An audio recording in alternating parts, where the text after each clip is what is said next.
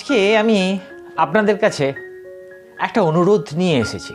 আমি জানি না আপনারা আমার অনুরোধটা কতটা রাখবেন বা রাখবেন না, সেটা আপনাদের ব্যক্তিগত ব্যাপার। আর অনুরোধটা এটাই থাকবে যে এবার একটু নিজেদের পাল্টাতে হবে, কথা বলার ধরনগুলো একটু পাল্টান প্লিজ।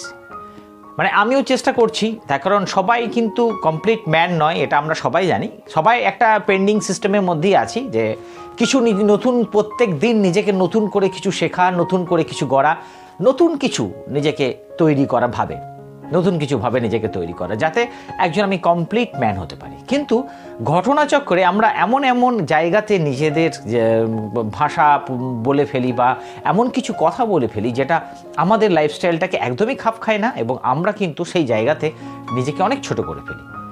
একবার একটু বুদ্ধিমান হতে হবে। আমি বলছি না আমরা সবাই বোকা, মানে একটু অন্যরকম হতে হবে আর কি। আমি কারোকে পার্সোনাল আঘাত করার জন্য বলছি না। তো বলার আগে আমি একটা ছোট্ট ইনফরমেশন দেবো। দেখুন, একটা আমাদের মানুষের শরীরে না একটা অদ্ভুত রোগ আছে, সেটা হচ্ছে রিউমাটয়েড আর্থারাইটিস বলে একটা রোগ আছে। প্রত্যেকটা জয়েন্টে ইনফ্লামেশন হয় এবং আস্তে আস্তে ওই জয়েন্টগুলো ডিফর্ম হয়ে যায় এবং হাঁটা চলা করা একসময় সমস্যা হয়ে যায়। অনেক ম্যাক্সিমাম বাড়িতে খুঁজলে হয়তো পাওয়া যাবে এটা। তো এই রোগটা এমনই যে মানুষ মরে যায় না ঠিকই, কিন্তু মরে গেলাম রে ব্যাপারটা হয়। তো যেহেতু এই আর্টিকেলসটা আমি লিখেছি এর সম্বন্ধে, তো আপনারা ডেসক্রিপশন বক্সে দেখে আসতে পারেন। যারা রিউমাটয়েড আর্থারাইটিস, অ্যাঙ্কোলাইটিস, স্পন্ডিলাইটিস এইরকম কিছু রোগের সঙ্গে নিজেদের জড়িয়ে ফেলেছেন, তাদের ক্ষেত্রে একটা দারুণ উপকার হবে, এটা আমার খুব স্থায়ী বিশ্বাস। ওকে, কাম টু দ্য পয়েন্ট। আমি এবার যেটা বলতে এসেছি যে এবার আমাদের একটু পরিবর্তন করতে হবে, নিজেদের একটু পরিবর্তন। দেখুন, আমরা নিজের সুখ স্বাচ্ছন্দ্য সব কিছু ভাবতে না, নিজেদের দিকটা শুধু বিচার করতে করতে আমরা ভুলেই গেছি যে আমাদের অ্যাকচুয়ালি অস্তিত্বটা কোথায়, আমরা অ্যাকচুয়ালি কি চাই, এইটা কিন্তু আমরা একদমই ভুলে গেছি। এবার কি করব সেটা কি বলুন তো? যেমন আমি আপনাকে জাস্ট একটা সিম্পল বলি, সবসময় না আমরা আমাকে দাও, আমার এটা ওটা এটা এরকমভাবেই তো বলতে রাজি আছি, একদম সিম্পল রাজি আছি আমরা। কিন্তু আমি তোমাকে দেব, তুমি আমার কাছ থেকে নাও, এটা কিন্তু আমাদের একদমই কেউ বলি না, একদমই বলি না। আমরা যদি কোনো মন্দির, কোনো মসজিদ, কোনো গির্জা যেখানেই যাই, শুধু একটাই চাই, আমাকে দাও, তুমি শুধু আমাকে দাও।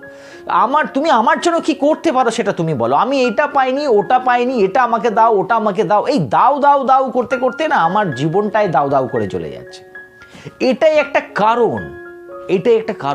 এবার যদি আমরা কিছু পরিবর্তন বলছি, কি পরিবর্তন? আপনি এবার থেকে এইভাবে বলুন যে আমি তোমার জন্য কি করতে পারি।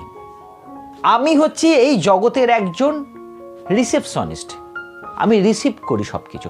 আপনি কোথাও কোনো একটা অর্গানাইজেশনে যান, কোনো হসপিটালে যান, কোনো একটা অফিসে যান, দেখবেন রিসেপশনিস্টের ওখানে how can I help you এইরকম একটা ওয়ার্ড দিয়ে লেখা থাকে না, আমি আপনাকে কিভাবে সাহায্য করতে পারি। এটা কিন্তু ছোট্টখাটো ব্যাপার নয়, মানে ওখানে নিজেকে সমর্পিত করা আছে যে আমি তোমার জন্য কিছু করতে চাই। এই অ্যাটিটিউডটা যদি আমরা রাখতে পারি না প্রত্যেকটা মানুষের মধ্যে, যে আমি তোমার জন্য কিছু করতে চাই, এই সংসারের জন্য কিছু করতে চাই, দেশের জন্য কিছু করতে চাই, তাহলে আমাদের চিন্তাভাবনাগুলো অন্যরকম হবে। আমরা এবার প্রত্যেক দিনই শুধু আমাকে দাও, ওটা দাও, এটা দাও, এইটা করলে হবে না। এই করতে করতে কি ভুলে যাচ্ছি জানেন? একটা কথা আমরা ভুলে যাচ্ছি যে আমরা সবাই কিন্তু মানুষ একরকম, একে অপরের প্রতি সহানুভূতি, বিশ্বাস, ভরসা সব কিছু নিয়ে রাখতে হবে আমাদের পাশে, না হলে কিন্তু আমরা এগোতেই পারবো না।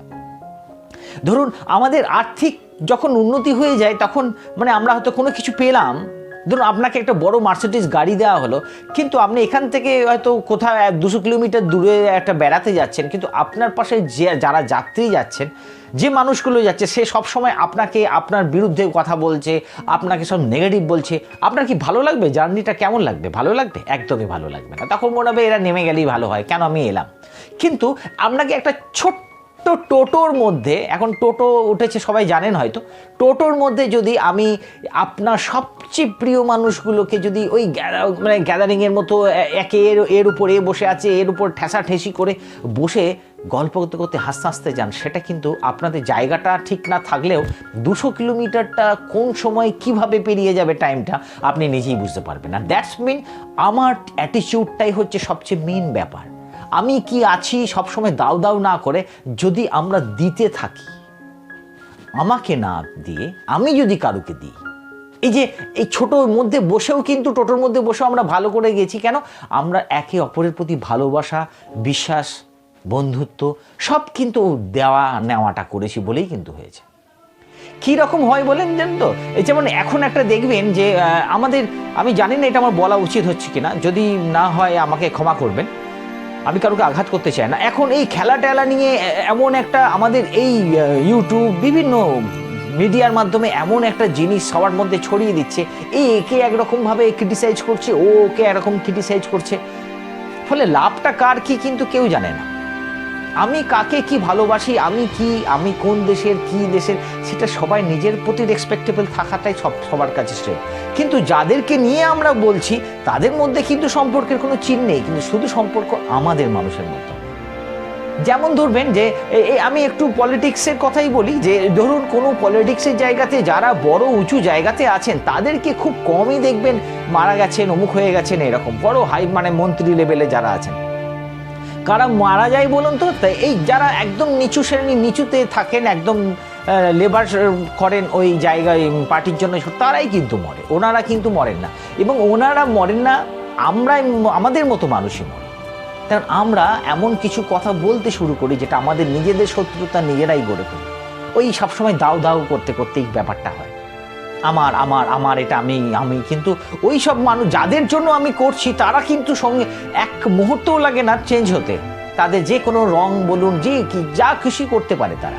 আপনি যাদের জন্য লড়লেন তারাই হয়তো আপনাকে চিনতে পারলো না, তারা তাদের দলেই চলে গেল হয়তো। তাই জন্যে আমার এটাই অনুরোধ যে এইরকম কাদা ছাটাছাটি না করে না, নিজের রেসপেক্ট, নিজের ভাষা নিজের কাছে রাখুন না। দারুণ একটা পরিবেশ তৈরি করুন, সবাই মিলে থাকবো। এই জগতে কতদিন আছি আমরা কেউ জানি না। কেউ যদি আমাকে আঘাত করে, কেউ যদি কারোকে আঘাত করে, সেটা তার সংস্কার।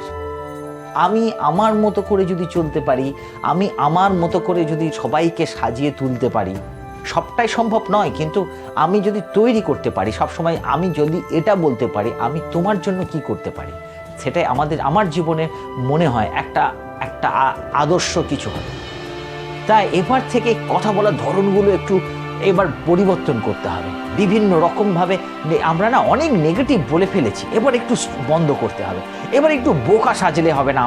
আমরা তো পড়ালেখা শিখেছি, আমরা খুব দাবিদার এই ব্যাপারটাকে নিয়ে যে আমরা খুব শিক্ষিত, কিন্তু শিক্ষিত হলেও যে আমার কিছু অ্যাটিটিউড, আমার কিছু ভাষা, আমার কিছু শব্দ কোথাও কোনো জায়গায় যদি আঘাত করে দেয়, কারোকে যদি ছোট করে দেয়, সেইগুলো না বলাই ভালো। কারণ ওটাতে আমার সংস্কারটা কিন্তু ভালোভাবে প্রকাশ পায় না। তাই এবার থেকে না একটু সচেতন হব, একটু বুদ্ধিমান হব, আর সবসময় এটা বলবো আমি তোমার জন্য কি করতে পারি বলো। আমি এইখানে তোমাদের জন্য, এই দেশের জন্য কিছু করতে এসেছি। অন্যদিকে কান দেবেন না, নিজের এমটা ঠিক রাখলেই হবে, আমার এটা মনে হলো। তাই আমি আপনাদের কাছে ছোট্ট করে এটা শেয়ার করলাম। যদি আমার কথাগুলো ভালো লাগে অবশ্যই একটা যাওয়ার আগে লাইক করে দিয়ে যাবেন। আবার আসবো নতুন একটা কিছু নিয়ে, নতুন কিছু টপিকস নিয়ে। আজকের জন্য বাই বাই।